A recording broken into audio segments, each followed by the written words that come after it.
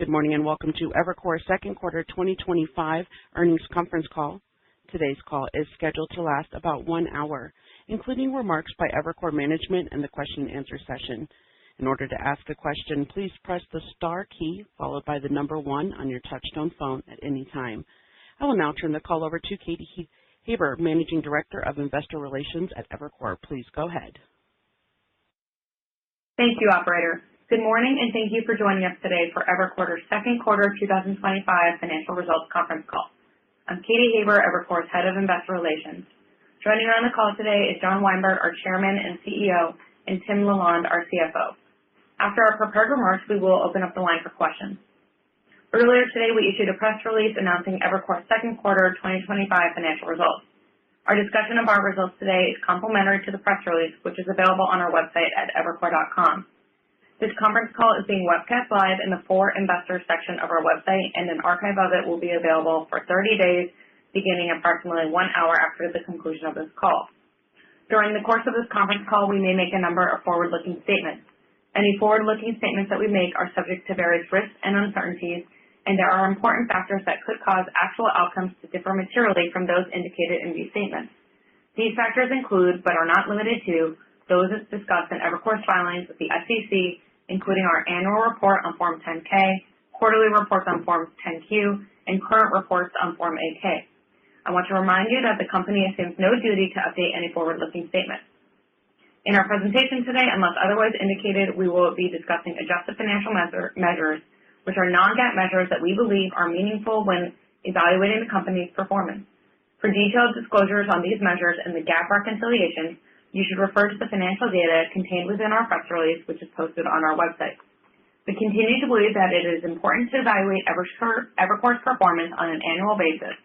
As we have noted previously, our results for any particular quarter are influenced by the timing of transaction closing. I will now turn the call over to John. Thank you, Katie. Before we review our second quarter financial results, I would like to spend a few minutes discussing our announcement from earlier this morning. We've entered into an agreement to acquire Robey Warshaw, a leading UK-based advisory firm with an extraordinary client franchise and relationships with some of the most prominent multinational companies in Europe.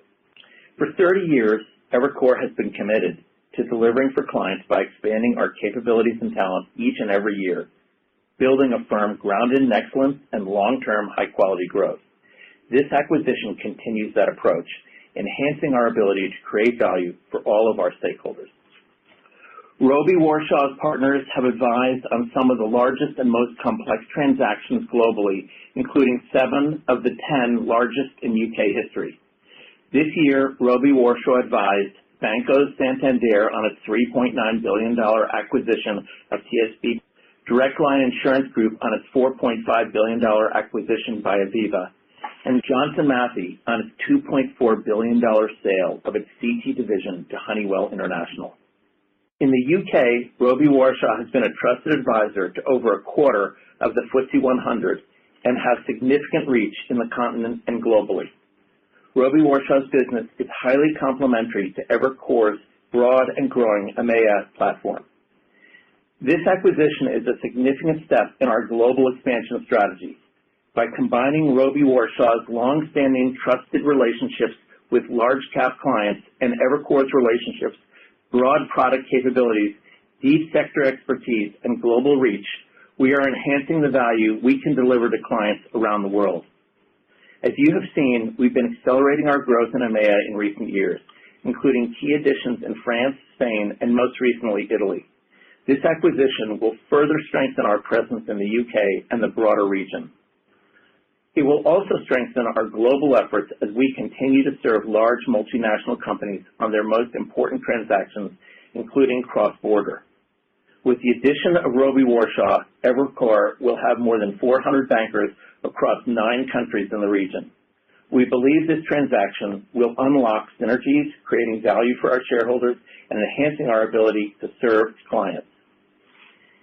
Importantly, their values are an excellent match with ours, a commitment to partnership and collaboration, and to long-term client relationships, excellence, integrity, and independence. We are looking forward to welcoming the Roby Warshaw team to Evercore and to what we will achieve together on behalf of our clients. Now let me discuss our business and second quarter results. Despite the rapidly changing market conditions experienced throughout the second quarter, Evercore delivered strong results, generating adjusted net revenues of $839 million, up nearly 21% year over year.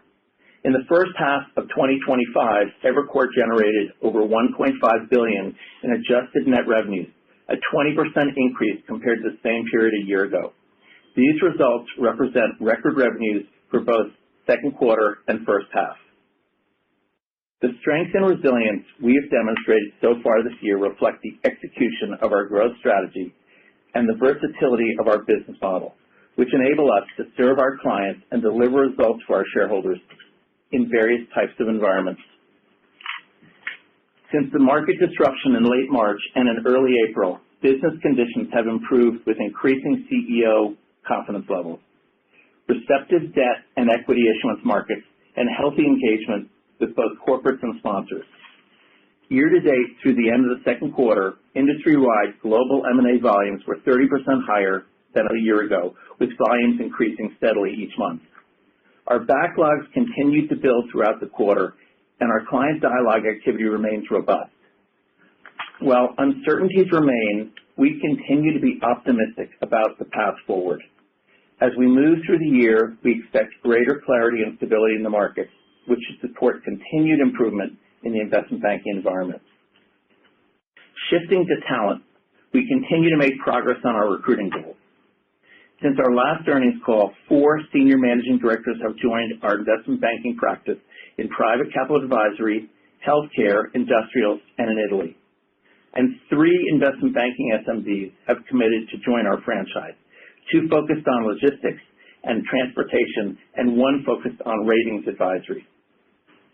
So far for the year, 9 investment banking SMDs and 1 senior advisor have started at the firm or will be joining later in the year, and we continue to have a solid pipeline of external candidates. Attracting and developing the highest quality talent continues to be a core priority for us. The senior level talent we've hired and promoted over the past several years is contributing meaningfully to our results. Now, let me briefly discuss the quarter. As noted earlier, we delivered strong year-over-year growth across our diversified mix of businesses in both the second quarter and the first half. In fact, in the second quarter and over the last 12 months, approximately 50% of our total revenues were from non-M&A sources, reflecting the strength of our diversified platform. In M&A, we advised on a number of notable and complex transactions in the quarter, including Cox Communications merger with Charter Communications, valuing Cox Communications at $34.5 billion, Warner Brothers Discovery on its separation into 2 leading media companies, a transaction that leveraged the expertise of multiple teams across the firm, and the sale of Foot Locker to Dick's Sporting Goods for $2.5 billion. We've continued to experience strong momentum in July, advising Becton Dickinson on the combination of its biosciences and diagnostic solutions business with Waters in a $17.5 billion reverse Morris Trust transaction, and advising Huntington Bancshares on its acquisition of Veritex Holdings for $1.9 billion. Year to date, we have advised on 4 of the 10 largest global transactions and remain active in a wide range of high-quality, complex transactions spanning mid-cap, large-cap, and mega-cap deal sizes.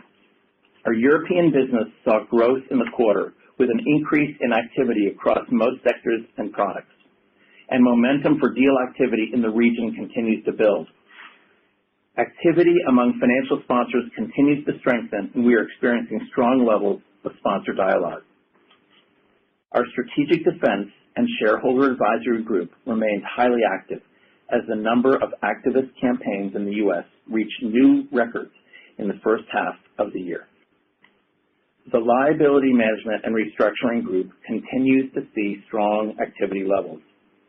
Private equity-led situations remain a key driver, and we expect the business to stay active in the near term as sponsors and corporates navigate upcoming maturity walls, elevated interest rates, and broader market uncertainty. Our industry-leading private capital advisory business delivered a record first half and second quarter, driven by unprecedented volumes in GP-led continuation funds, LP secondaries, and securitizations. We advised on many of the most significant transactions across these products, including several high-profile secondary market deals for endowments and pension funds. Trends in our private funds group remain in line with the first quarter as fundraising conditions continue to be challenging. However, our team remains active and expects a pickup in activity towards the end of the year, consistent with seasonal patterns. After a slowdown in activity in April, the equity capital markets have seen signs of recovery, with dollar issuance volumes in the second quarter reaching the highest level since the first quarter of 2021, though the number of transactions is still down year over year. Our underwriting business experienced an uptick in activity in May and June, and we expect these positive trends to continue as we enter the second half. Our equities franchise had its strongest second quarter ever, driven by market volatility, increased trading volumes, and strong client engagement. Lastly, wealth management reached a record quarter-end AUM of approximately $14.5 billion, driven by market appreciation and net inflows. Before I turn it over to Tim, I'd like to make one final comment. We remain committed to executing on our growth strategy and on creating value for both our clients and our shareholders. This is evident in our year-to-date financial results and in our acquisition of Robey Warshaw. With that, let me turn it over to Tim. Thank you, John. We are excited to have the Robey Warshaw team joining and believe this will provide significant benefits to Evercore. Over the last 3 years, Robey Warshaw has produced average annual revenues of over £60 million, or more than $80 million. As you can see in the press release, the consideration we are paying is £146 million, or approximately $196 million, payable in 2 tranches, with the first payment in Evercore stock at closing and the second payment at the 1-year anniversary in stock or cash to be mutually agreed by Evercore and Robey Warshaw. There is also potential additional consideration, which is based on defined performance criteria over a multi-year period of time. The transaction is expected to close around the beginning of the fourth quarter of this year. We expect it to be accretive to Evercore's adjusted and GAAP EPS in our first full year together and thereafter. We will continue to maintain strong liquidity and conservative debt levels and are committed to building value for our shareholders. Now I will discuss our financial results for the second quarter. Evercore's second quarter reflected improving market conditions and strong results across our diversified mix of businesses. For the second quarter of 2025, net revenues, operating income, and EPS on a GAAP basis were $834 million, $150 million, and $2.36 per share, respectively. My comments from here will focus on non-GAAP metrics, which we believe are useful when evaluating our results. Our standard GAAP reporting and a reconciliation of GAAP to adjusted results can be found in our press release, which is on our website.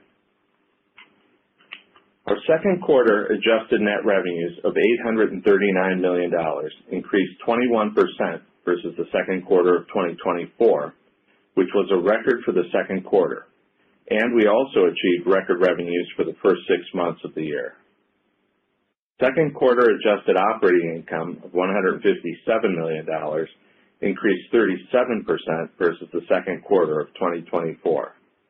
Adjusted earnings per share of $2.42 increased 34% versus the second quarter of last year. Our adjusted operating margin was 18.7% for the second quarter, up from 16.4% in the prior year period, an improvement of 230 basis points. Turning to the businesses. Second quarter adjusted advisory fees of $698 million increased 23% year over year, which is a record for the second quarter. First half results also represented a record for the advisory business. Our second quarter underwriting revenues were $32 million, up 4% from a year ago. Commissions and related revenue of $58 million in the quarter increased 10% year over year. The strength in the quarter was primarily driven by heightened trading volumes in April, resulting from increased levels of volatility. Second quarter adjusted asset management and administration fees of $21 million rose 3% year over year, driven by market appreciation and net inflows. Second quarter adjusted other revenue, net, was approximately $29 million, which compares to $22 million a year ago. Slightly more than half of that is related to gains in our DCCP hedge portfolio, which is correlated to the performance of the broader equity market, and the balance of the other revenue is primarily related to interest income. Turning to expenses, the adjusted compensation ratio for the second quarter is 65.4%, down 60 basis points from the prior year period and down 30 basis points from last quarter. Our compensation ratio for the quarter reflects a gradual improvement in the investment banking environment and an improvement in our revenue. As you have seen from the recent announcements, we are continuing to invest and execute on our strategic growth plan, which may create a time lag for making meaningful improvement in our comp ratio in the near term. Adjusted non-compensation expenses in the quarter were $133 million, up 9% from a year ago. The increase year over year is primarily driven by two things. The first is technology and information services expense, which rose due to higher renewal costs for market data and licensing fees, and those costs tend to rise faster than the rate of inflation. And the other is the implementation and development of new software applications, which are intended to create efficiencies and facilitate our client coverage and service efforts. The second is occupancy and equipment expense, which increased due to higher rents and costs associated with the addition of new floors in our New York headquarters and new offices related to our expansions in Chicago, Paris, Dubai, and London. Our adjusted non-comp ratio for the quarter is at 15.9%, 170 basis points below the ratio for the prior year period, and 180 basis points below last quarter's ratio, benefiting from our revenue increase. Over a significant period of time, there is a correlation between headcount and non-comp expenses, with some additional increase related to inflation. If we look at our non-comp expense on a per-head basis, year over year, our second quarter adjusted non-comp expense would be up 2.4% per employee. As I've mentioned in the past, we are maintaining a disciplined focus on managing our non-compensation expenses while investing in areas that are necessary to support our growth. Our adjusted tax rate for the quarter was 30% compared to 26.9% in the second quarter of last year. The year-over-year increase in the tax rate is primarily related to an increase in non-deductible expenses and an increase in taxes related to state and local apportionment. Turning to our balance sheet. As of June 30th, our cash and investment securities totaled over $1.7 billion, and we continue to be cash flow positive. In the first 6 months of the year, we returned $532 million of capital to shareholders through the repurchase of shares and the payment of dividends. During the second quarter, we repurchased just under 200,000 shares at an average price of $236.05 per share. Year to date, we have repurchased approximately 1.7 million shares at an average price of $258.50 per share. We fully offset the dilution associated with RSU grants from our 2024 bonus cycle and returned more capital to our shareholders in the first half of this year than in any other consecutive two-quarter period in our history. Our second quarter adjusted diluted share count was 43.5 million shares, relatively in line with the prior year, and down approximately 850,000 shares from the first quarter. The decline in the share count reflects a full quarter impact of repurchases during the first quarter and the accounting impact with respect to unvested RSUs as our weighted average share price declined in the second quarter. Given the increase in our share price third quarter to date, we would expect to see our share count modestly increase in the third quarter due to the same accounting impact on RSUs from our share price that caused our share count to decrease this quarter. Additionally, in July, we issued 2 tranches of senior notes in the form of a private placement for a total of $250 million. We issued $125 million of 5.17% Series K notes due in 2030 and $125 million of 5.47% Series L notes due in 2032. The use of proceeds is to repay 2 tranches of notes that are maturing, one in August of 2025 and one in March of 2026, totaling about $86 million, and the remainder is for general corporate purposes. We continue to maintain a strong cash position and take into consideration our regulatory requirements, the current economic and business environment, cash needs for the implementation of our strategic initiatives, including hiring plans, and preserving a solid financial footing. As we enter the second half of the year, we remain confident in our ability to deliver solid results as we have continued to demonstrate that our diversified business model performs well in all types of environments. With that, we will now open the line for questions. Thank you. We will now conduct the question and answer portion of the conference. Please limit to one question only. You are welcome to rejoin the queue for additional questions, time permitting. Again, in order to ask a question, please press the star key followed by 1 on your touch-tone phone. Our first question is from James Yaro with Goldman Sachs. Please go ahead. Good morning, and thanks for taking the questions. I wanted to start with the Robey Warshaw transaction. Would you be able to provide any additional color around the business profile for Robey Warshaw, specifically what, aside from M&A advisory, they offer today? Thanks, James. They are primarily a top-level advisor, spend a great deal of their time in the C-suite and with boards. They are very strategic, and they have based their business on giving strategic advice. They are knowledgeable about a full line of products, but they really haven't been able to translate their knowledge and really the advisory position that they have into revenues. And one of the great synergies of this transaction, we believe, is that we have this very full product set, a very extensive industry sector group and analysis and analyzing. And what we are going to be able to do is really marry their extraordinary relationships with our capabilities, and we think that's going to be a real source of revenue and growth. So I think that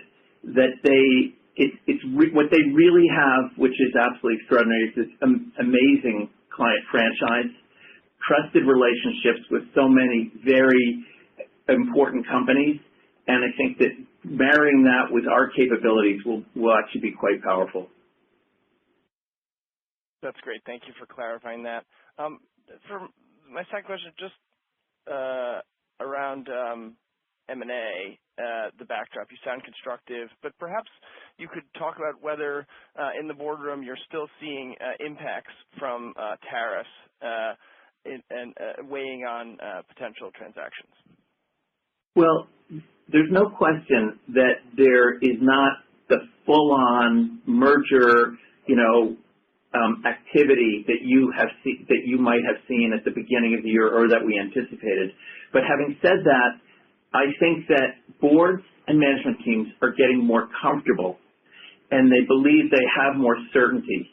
And so there is absolutely some building of activity in our backlog to build throughout our firm, and I think that we really believe that the activity levels could continue to grow and the momentum could continue over the balance of this year.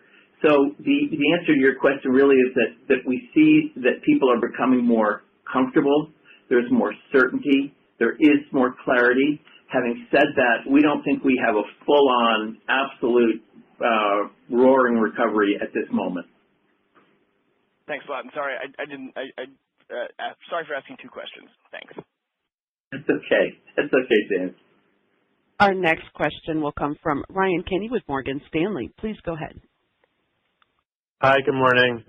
On the Robey Warshaw deal, so very clear overview on how it aligns with your global expansion strategy and your culture. My question is, when you think about Evercore's strategy for gaining global market share going forward, do you see yourself doing more acquisitions in the future to fuel growth? And is there any change in how you think about the mix of organic growth, hiring, M&A, and supporting growth? Thanks. Our most important means of growth is going to continue to be hiring high-quality talent one by one. It's really the way we think is the best way to do it, and we're going to continue that. So if you think about how we're going to grow, we're going to continue it the way we have, which is on the basis of finding high-quality people and recruiting them.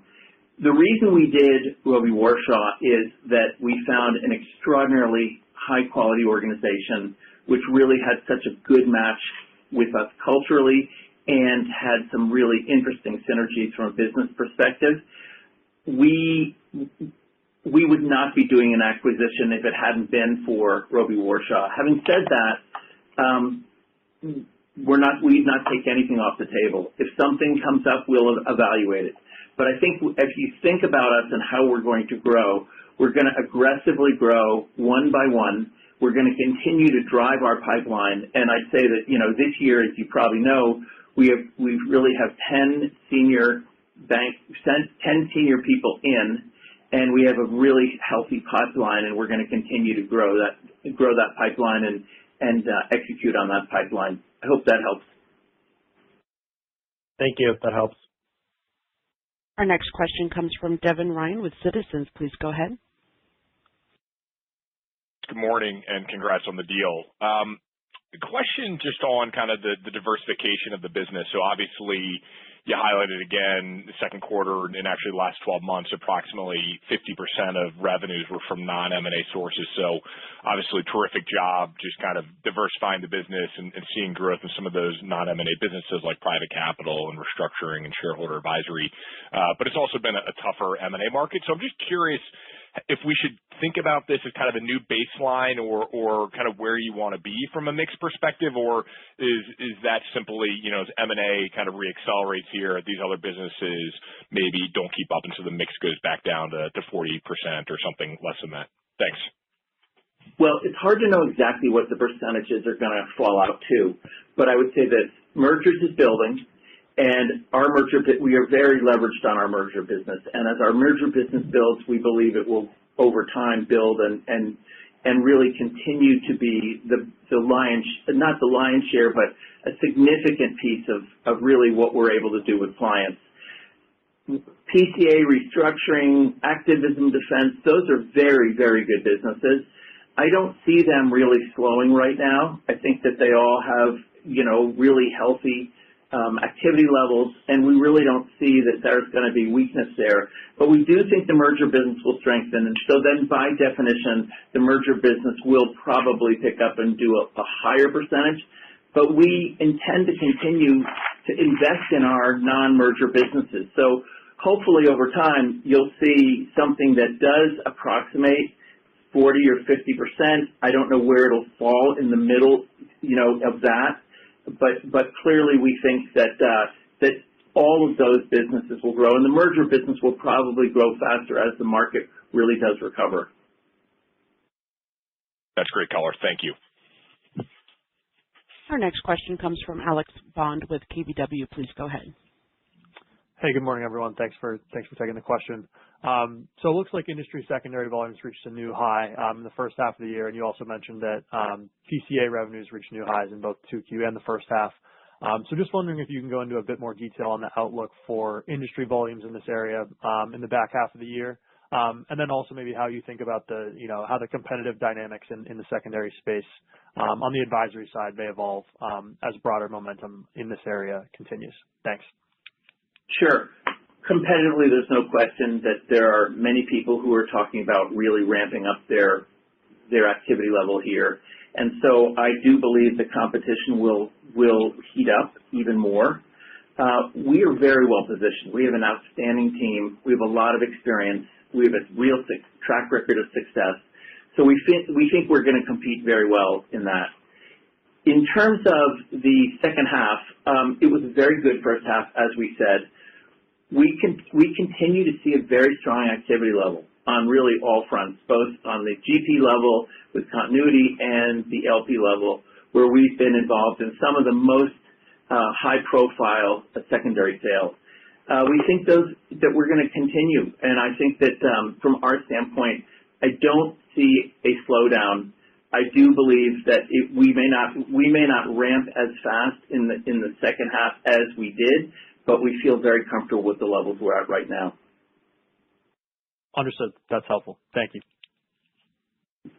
Thank you. And as a reminder, ladies and gentlemen, if you would like to ask a question, please press star one on your telephone keypads.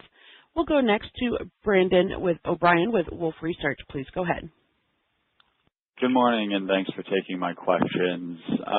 Just a two-parter here on expenses. I appreciate the potential top-line synergies you mentioned earlier, but I was hoping you could help us think through the cost side of the equation and your ability to drive synergies by, consolidating office space and tech infrastructure and the like.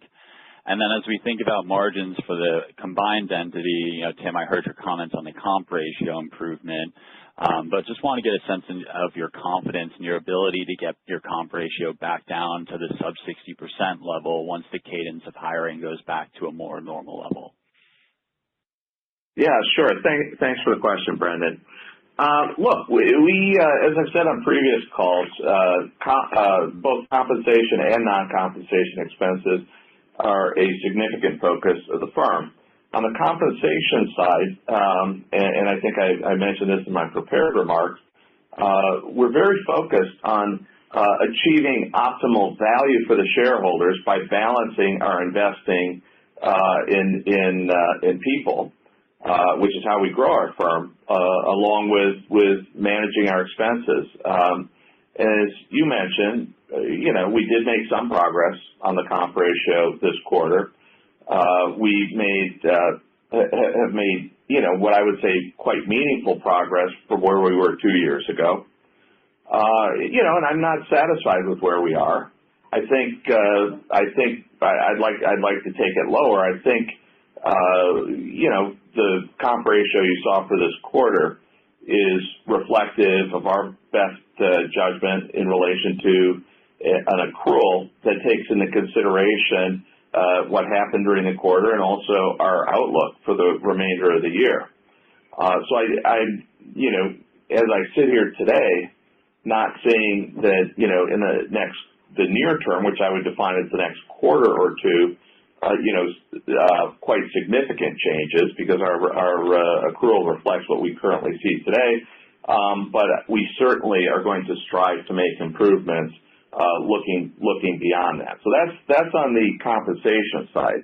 On the non-compensation side, as a percentage of revenues, you'll note that we made quite significant progress in this quarter, is the first point. Second is what I would say there is, we do have some investments we're making. If you look at our non-comps, they were up about $11 million year over year, and that's really attributable to two primary areas, and one is the occupancy, which is up, and that's simply a reflection of our growth and our expansion. And so, we've added office space in London, we've added office space in Paris and Dubai and Italy, and in Chicago, as well as consolidating some of our corporate people into one location in Manhattan. So that's what would explain that, and I think that's just a natural part of the growth. And then the other is investment in technology, and we all know that we're at I would say historical inflection point in technology, and we're investing to make sure we take advantage of the improvements we're seeing, and then hoping to realize productivity gains from that. Now, one of the ways we look at our non-comps is we look at it on a per head basis, because as I've said historically, there's a correlation between headcount growth and non-comp, factoring a little bit for inflation. And if you look back to the pre-COVID year, on a per head basis, our non-comps would be up about 13%. That's over 6 years. And so that's just a little over 2% per year, which I would attribute to inflationary pressures. And so that's kind of how we think about it, and where we think we're headed. That's great color. Thank you for taking my questions. Thank you. And we'll go next again to James Yaro with Goldman Sachs. Please go ahead. Follow up. I just wanted to ask a little bit about the Robey Warshaw financing, if there is any. Would you consider issuing stock for either of the first two tranches? Could you talk a little bit about the consideration for the second tranche stock versus cash? And then perhaps you could talk a little bit about the performance incentives, to the extent you can, associated with potentially increasing the consideration. Sure, James. Happy to. Now, during my prepared remarks, one thing I just want to make sure didn't go unnoticed is we did do a private notes offering where we raised $250 million in the form of two notes, one a 5-year note at 5.17%, and the second is a 7-year note at 5.47%. And so just wanted to make sure we noted that. On the Robey Warshaw transaction, you saw that our total what we call upfront consideration was in dollars about $196 million, and is payable in two tranches, one at closing, one a year from now. And so think about it as about 49%, and the one at closing about 51% at the time of the 1-year anniversary. The first tranche was payable will be payable in stock.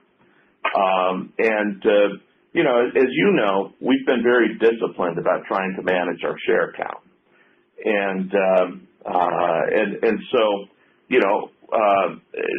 no guarantees, because we take a lot of factors into consideration, but we certainly are giving strong consideration to repurchasing, shares that would be similar to the number issued in the upfront payment on this.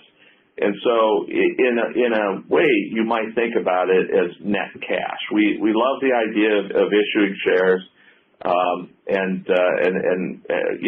making sure our new colleagues are invested in the future, as we all are.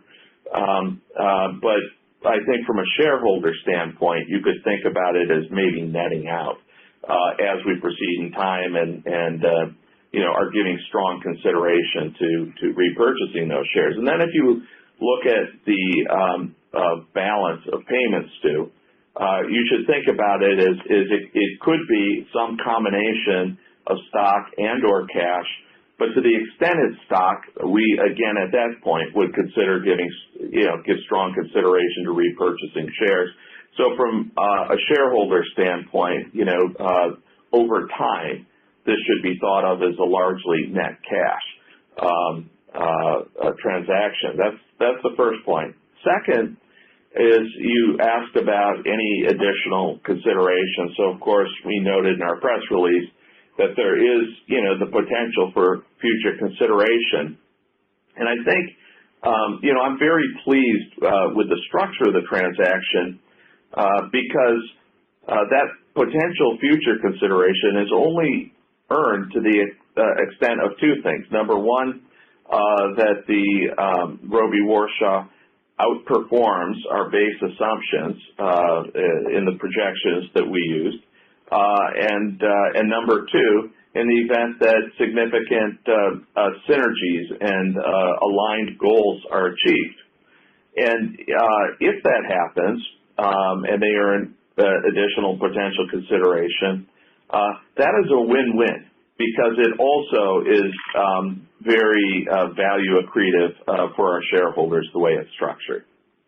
The only thing I would like to add is that there are two actual aspects that I think are important in addition. One is that the add-on value that they can be able to generate is really something that will bind them to the firm. And so the good news is we think we're going to get them for a good long time, and that's, I think, from our standpoint, very valuable. And the second is that obviously by having something which is kind of somewhat of an earn-out, it aligns their interests and the firm's interests. The fit between them culturally and us is extraordinary, but this kind of an arrangement will continue to carry forward the incentives that are very much aligned, and I think that's an important point. Extremely helpful. Thank you. Thank you. And this concludes today's Evercore second quarter 2025 earnings conference call. You may now disconnect.